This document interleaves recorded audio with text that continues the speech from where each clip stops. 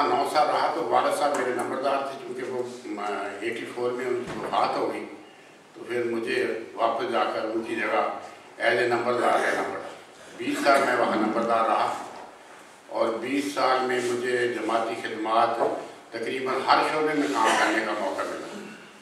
तो बड़ा अल्लाह का फजल है कि जमात के साए में हम रहें हमेशा और उसके साथ ही रबत रहा, और ये अल्लाह का फजल है और खिलाफत की बरकत है कि फिर 1905 में मैं यहाँ लंदन में आ गया। लंदन में आकर मैं काफ़ी अरसे से 2005 चलो 100 निकाल देंगे, जहाँ तबलीग गलत हो जाती है कोई बात नहीं। अगर मैं 2005 से मैं यहाँ आकर मजलिस अंसारुल्लाह में मैं अमूमी में काम करता रहा हूँ, काफ़ी अर्सा वहीं काम किया है। तो 2010 के बाद मैं सिद्दीकी साहब से मेरा रब्ता हुआ तो हम ये मुशायरे शुरू कर दिए, और 2013 में से मैं एक अदबी रिसाला निकाल रहा हूँ, उसका नाम है कंदील अदब। वो एक प्यास थी लिखने की अदब के बारे में। मैं काफ़ी, वैसे तो मैं 92 से लिख रहा हूँ अखबारों में, अल-फज़ल पहला मेरी अखबार है जिसमें मैं लिखता रहा हूँ, बाकी भी रिसाले हैं तो काफ़ी मैं लिखता हूँ। तो अदब से के हवाले से लिखने की एक प्यास थी जो मैं कंदील अदब लिख कर बुझाता हूँ और लोगों को भेजता हूँ। कंदील अदब जो है ये एक इंटरनेट रिसाला है, अदब से मुतल्लक़ है, मज़हबी रिसाला नहीं है। बेशक फिर भी वहाँ जमात का कोई जिक्र हो जाता है तो ये तबलीग का भी उसमें मकसद कुछ हाल हो जाता है। तो ये मेरे पास 30,000 ईमेल एड्रेसेस हैं दुनिया में मैं भेजता हूँ। तो 30,000 बाद दोस्त मेरे कहते हैं कि 100 को भेजता, आगे कोई मल्टीपल हो जाता है। अगर 5-10 से भी दर्ज है तो काफ़ी तादाद बन जाती है। मुझे काफ़ी दुनिया से एप्रीसिएशन आती है, मुझे पता नहीं होता कि कहाँ कहाँ वो रसाला गया, तो वहाँ से वो ईमेल आ रही होती है थैंक्स की। तो ये अल्लाह का फजल है। और मैं TIC में भी काम कर रहा हूँ, इसमें भी तजरीद का सेक्रेटरी हूँ, यहाँ भी खिदमत का मौका मिलता रहता है। और ये मुशायरे कराने में भी सिद्दीकी साहब के हैं एहसानात, कहते रहते हैं ये कराएं, तो आपसे मुलाकात होती रहती है। बस ये हमारी तफसील थी जो मैंने बताया। बहुत लुत्फ़ पेश कर रहे थे और लाइव सदस्य तशरीफ़ ला चुके हैं। आपसे दरख्वास्त है आप हमारे साथ स्टेज पे तशरीफ़ ले आए। मैंने गुजारिश की थी पहले। अच्छा, कहीं ये तो नहीं आप समझते उधर लाइट ज़्यादा पड़ रही, उधर ज़्यादा अच्छी पड़ रही है।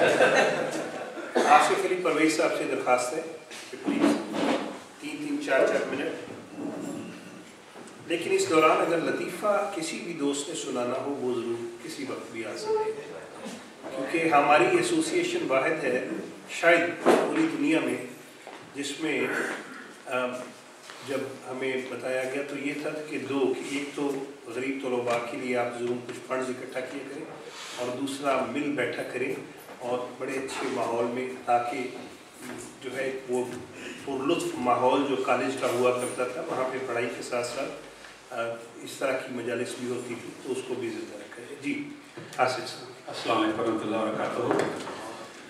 ख़ाक साहब अपने आप को बड़ा खुशकिस्मत समझता है कि मैंने रबवा में पहली जमात में दाखिला लिया और पहली MSc क्लास से हमने MSc की और फिर साथ ही हुजूर ने मुझे कॉलेज में लेक्चर लगा दिया। आपने एक सवाल पूछा था कॉलेज का गाउन का रंग क्या था, उसका एक वाक़या सुना दूँ। जब हम स्कूल में पढ़ा करते थे तो ये कॉलेज के लड़के कॉलेज गाउन पहनकर जाया करते थे, तो हम उन्हें औरतें छेड़ा करते थे कि बुरके में डाले हुए हैं। फिर जब हम खुद कॉलेज में चले गए तो वो बुरका हमने भी डाल लिया। उसका एक वाक़या मुझे याद है।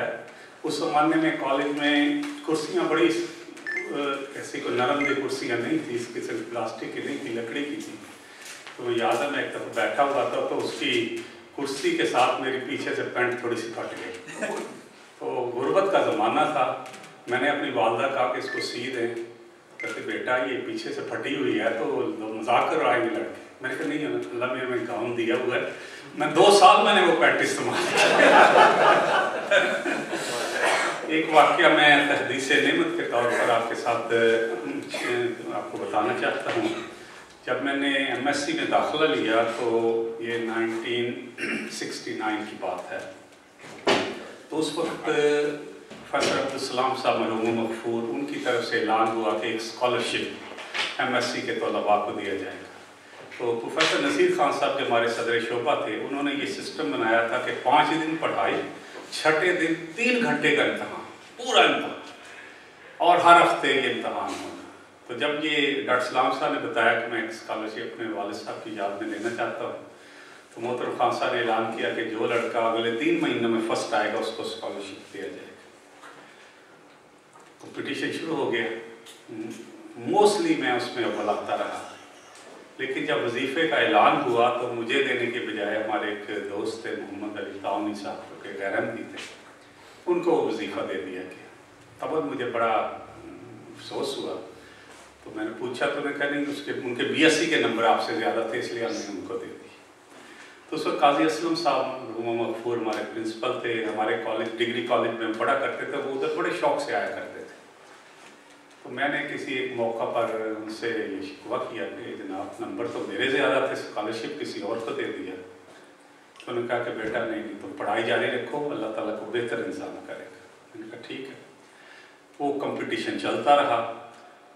कुछ अरसे के बाद मुझे उन्होंने खुद ही ऐलान किया, यानी अपना डॉक्टर नसीर खान साहब क्लास में आके ऐलान किया कि हमने हजूर हज़रत खलीफतुल मसीह सालिस रहमतुल्लाह की खिदमत में एक दरख्वास्त दी हुई थी कि हमारे और भी लड़के हैं, बहुत होशियार हैं, तो उसमें तुम्हारा नाम लिख के और तुम्हारे सारे नंबर लिख के तो हमने दरख्वास्त भेजी थी कि ये भी इसको भी स्कॉलरशिप दिया जाए। ये अल्फाज में छप चुका है, इसलिए मैं बताता हूँ। हुजूर ने अपने कलम से उस पर ये फिक्र तहरीर फरमाया कि एक स्कॉलरशिप, लुकमान स्कॉलरशिप 60 रुपये माहवार आसिफ अली के लिए फ़ौरन बिल भेजते।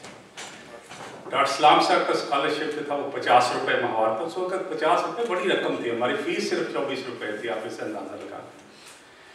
तो बड़ी खुशी हुई कि हुजूर की तरफ से स्कॉलरशिप, और पहली दफ़ा साहब ने शुरू फरमाया, और वो जारी रहा। मुझे अब नहीं पता कि वो जारी है या नहीं, पर जब तक हम कॉलेज में थे वो जारी रहा।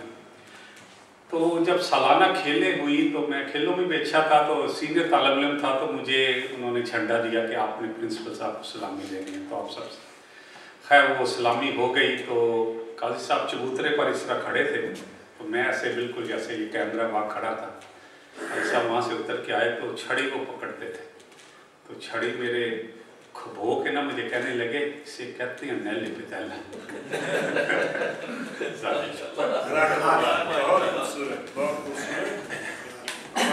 ऐसी पुरलुत्फ बातें हैं, दिल चाहते हैं कि ज़्यादा से ज़्यादा सुना जाए।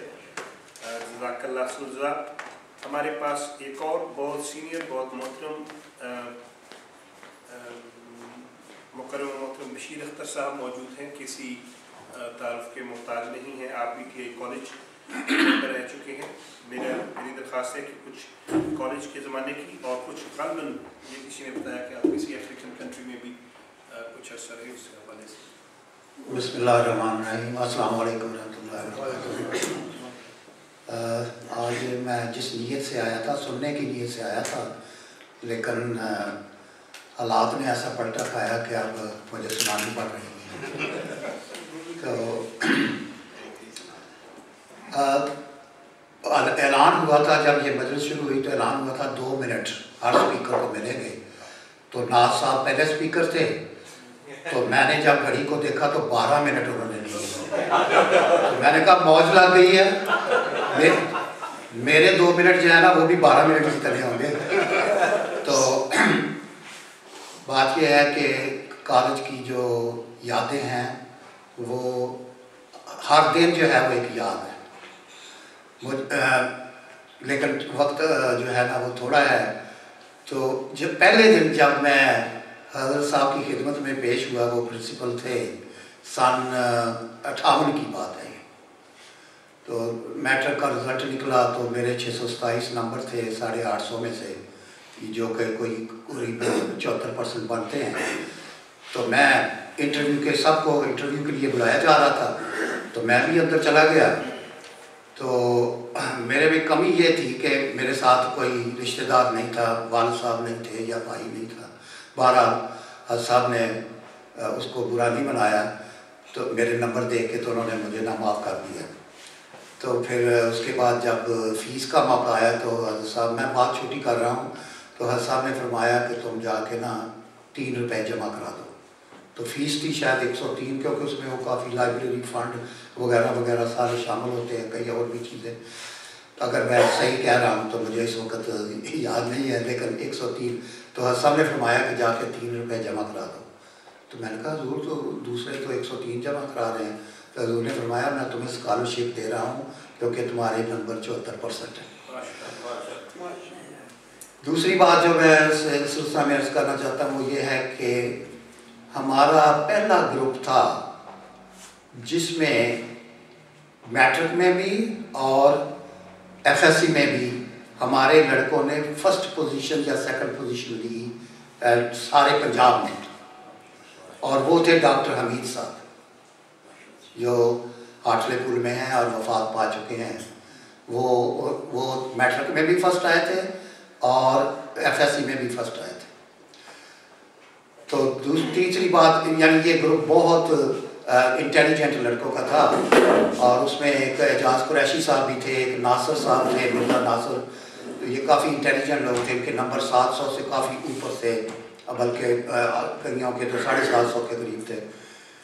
تو اس کے بعد یہ ہے کہ اسی زمانے میں ایوب خان صاحب نے کہا کہ بی ایس سی نہیں ہوا کرے گی، بی ایس سی آنرز ہوا کرے گی۔ تو میں اس پہلے گروپ میں تھا جس میں ایف ایس سی کے بعد بی ایس سی آنرز کرنی تھی، اور بی ایس سی آنرز کے لیے 3 سال تھے، 2 سال نہیں تھے۔ تو ہم نے 3 سال لگائے، 4-5 لڑکے تھے، ان میں سے ایک میں احمدی تھا، ایک آدھا اور احمدی تھا، باقی 1-2 غیر احمدی بھی تھے۔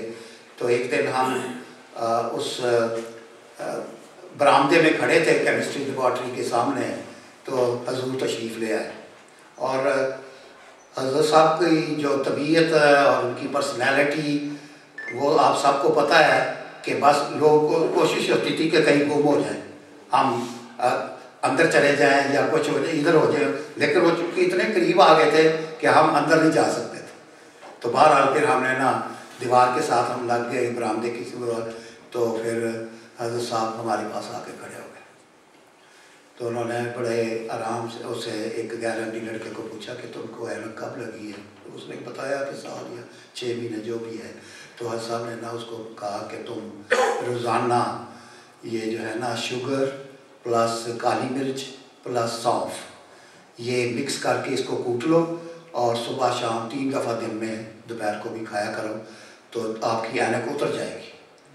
تو یہ ایک واقعہ مجھے یاد ہے جو میں آپ کو سنا رہا ہوں، اور ہو سکتا ہے کہ اس میں اور بھی کوئی چیز ہو جو مجھے یاد نہیں رہی، لیکن میرا خیال ہے کہ 3 ہی انہوں نے بتائی تھی۔ پھر سن 64 میں خاکسار 63 اور 64 میں نے بی ایس سی آنرز کا آخری سال تھا۔ تو اللہ تعالیٰ کے فضل سے ہم 2 لڑکے تھے جنہوں نے یہ پہلا گروپ آنرز کا پاس کیا، یہ بھی، لیکن اس کے بعد ہڑتالیں شروع ہو گئی اور آنرز جو ہے وہ ایوب خان نے ختم